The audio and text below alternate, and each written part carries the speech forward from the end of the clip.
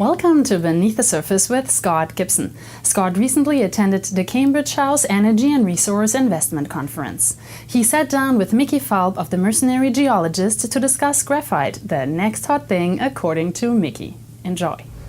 Hi, my name is Scott Gibson with Beneath the Surface. I'm here with Mickey Falb of the Mercenary Geologist. Thanks for being with us, Mickey. Thanks once again, Scott. I wanted to talk with you a little bit about one of the crazes right now, which is graphite. If you could give our audience a little bit of an explanation about graphite and why it's interesting and why all the excitement. Sure, I can do that. I don't think it's craziness, actually. There's not much going on in the market right now. That's true. The markets are pretty well beat up. But what the market always needs something. So this is being created as the next big thing based on supply-demand fundamentals for graphite. We're using too much graphite in the world and not producing enough. So demand is exceeding supply, prices have gone skyrocketing, and I think it will be the next big thing. It reminds me a bit of what went on in rare element space in the summer of 2009. Has similarities. And what do you think is sort of the longevity of this? What's your expectation? Are we at the early stages, what I'm hearing you say? It is the early stages. What's the longevity? I have no idea. If we use the rare earth bubble as an example, that ran for a good, strong 2 years with some minor pullbacks before it basically went parabolic, and that was caused in no small part by the pullback in rare earth element prices. What happens is we had 200 companies come flooding in, the sheep following the rest of the herd, and we had 200 rare earth companies. Now many of those companies are picking up silver project in Mexico or a gold project in, well, we hope it's not the Yukon, but which is another play that didn't last very long. This one could have longer legs. It's really hard to tell. It's much different than rare earth element space in the fact their mines tend to be very small, and there are graphite occurrences all over the world. There are past producing graphite mines all over the world, many of which went out of business in the early 1990s to the 2000s, basically because Chinese came and started dumping graphite on the market. Typical story. Well, I know you've been involved in sort of researching the graphite companies going back at least a year and a half. That's true. You're an early adopter, typically are. Where are we typically in the market's perception of graphite? Is it just sort of picking up this year? Yeah, this is a new thing. I really started talking about graphite. I got involved in a single graphite company. I looked at a bunch, say over the last year and a half. I finally decided the one I wanted to be in, and that was in the late summer of last year. That company's just now gone public. I think we are very early on. We'll use my old baseball analogy, 9-inning game. We're about at the bottom of the first inning right now, so this has a long way to go, and it's going to play out with a bunch of companies flooding in.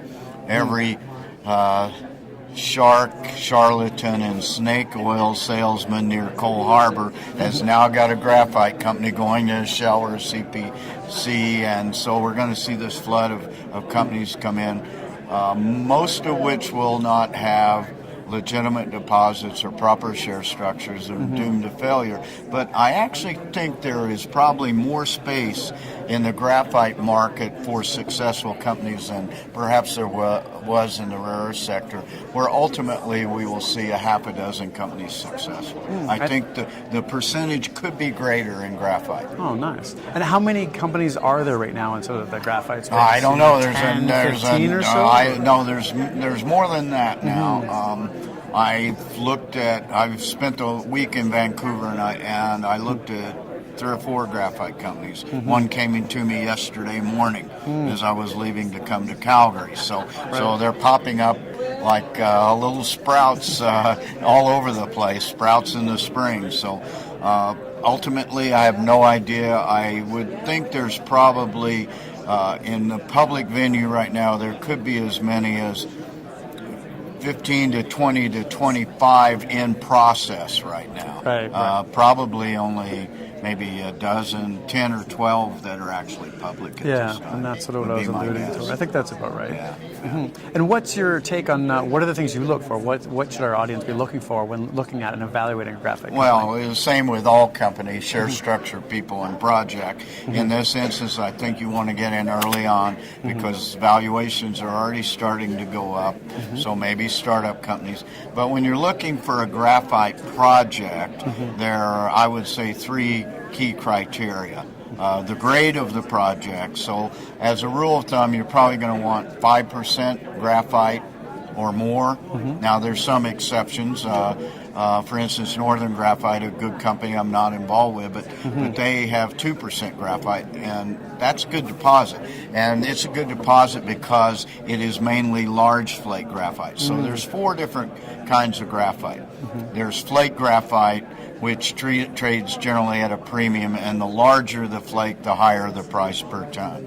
There is amorphous graphite, which is the bottom of the pecking order, and that's the cheap stuff that has no crystal structure and it can use. For instance, if you squeeze graphite into a lock to make it, to lubricate a lock, that's going to be amorphous graphite. And then there's a really special product called lump graphite, and that is very coarse crystalline graphite, and that occurs in vase. It trades at a super premium price, but there's not much of that. So long story short, you want to look for a flake graphite project that has the ability to produce a lot of their production needs to be large flake graphite, which is defined basically at 150 microns or larger. So it's still very tiny flakes, but that's the stuff that's in great demand right now. And that's to draw the comparison to the rare element stock companies, where it was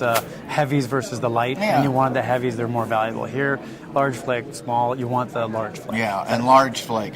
The main well, there's several differences, but one of the main differences between rare earth element space and graphite space will be that the metallurgical processing is a standard technique in the graphite industry. It's a proven process, standard metallurgical technology.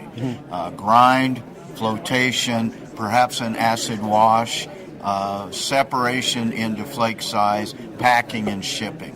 So the beneficiation of graphite is not complicated the way the rare earth element space is. Now that said, metallurgy again can be a fatal flaw because it can be hard to make a 95% plus graphite concentrate because the gangue tends to float with the graphite. So sometimes you have to do a regrind and a refloat, but it's all pretty much standard technology. And then what are some companies or a company that you like in the graphite space right now? Well, I'm involved with a startup company called Flinders Resources. It's the same people that did Mawson, which is a company I cover, and Tasman, a company I used to cover. So I cover Flinders. I am a early on private placement shareholder. It went public about a month ago. First trade was $1.05. Second trade was $1.88. Went as high as $3.20. It settled back down to about $1.76. Then some other newsletters writers besides me came in and started touting it, and now it's trading in the high $2 range. So it's kind of run up, but it will succeed because it is the most advanced past producing graphite mines in Sweden, fully permitted, fully built. There's another raise going on right now which will raise about another $15 million at $1.70, and that should be close to enough, if not enough, to put the mine in production, and it should be in production within a couple of years. So we'll be one of the early on producers in a past successfully producing graphite mine that shut down because the Chinese cratered prices in 2001. Right. Yep. That I'm not a shareholder of, nor of the other companies mentioned here. But thank you very much for your comments on graphite and mentioning a particular company. Appreciate you being here. Okay, thanks a lot, Scott. Again, that's Mickey Fulp, mercenary geologist, and my name is Scott Gibson from Beneath the Surface. Thanks for being with us. Thank you for watching Beneath the Surface with Scott Gibson. Stay tuned for more.